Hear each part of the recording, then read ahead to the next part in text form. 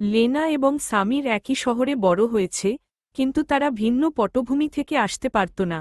লেনা ছিল একজন ধনী পরিবারের একজন শ্বেতাঙ্গ, খ্রিস্টান মেয়ে, আর সামির ছিল একজন কর্মজীবী পরিবারের একজন মুসলিম ছেলে। তাদের পার্থক্য থাকা সত্ত্বেও লেনা এবং সামির কিশোর বয়সেই প্রেমে পড়েন।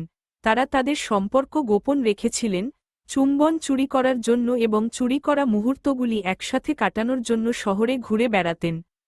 তবে তারা বড় হওয়ার সাথে সাথে তাদের পরিবার এবং সম্প্রদায়ের চাপ তাদের উপর চাপতে শুরু করে। লেনার বাবা মা যখন সামিরের সাথে তার সম্পর্কের কথা জানতে পারেন তখন তারা হতবাক হয়ে যান এবং লেনা এবং সামির একে অপরের থেকে দূরে থাকার চেষ্টা করেছিল, কিন্তু পারেনি। তারা প্রেমে পড়েছিল, এবং দিন যত গড়িয়েছে তাদের ভালোবাসা ততই দৃঢ় হতে থাকে। তারা গোপনে দেখা করতে শুরু করে, যদিও তারা তা জানত। লেনা এবং সামিরকে তাদের শহর ছেড়ে একসাথে নতুন জীবন শুরু করতে বাধ্য করা হয়েছিল। তারা কাছের একটি শহরে চলে গিয়েছিল, যেখানে তারা নিজেদের জন্য একটি নতুন জীবন গড়ার চেষ্টা করেছিল, তবে তাদের ক্রমাগত অবজ্ঞা করা হতো।